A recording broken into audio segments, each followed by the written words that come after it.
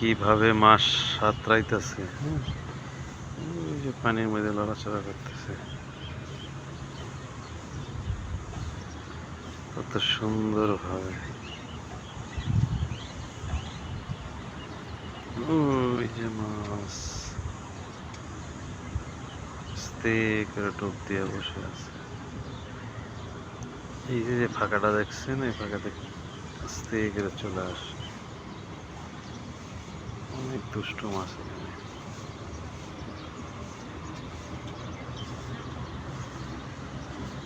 ওই তো ভাসান দিয়ে উঠতেছে, দেখছেন?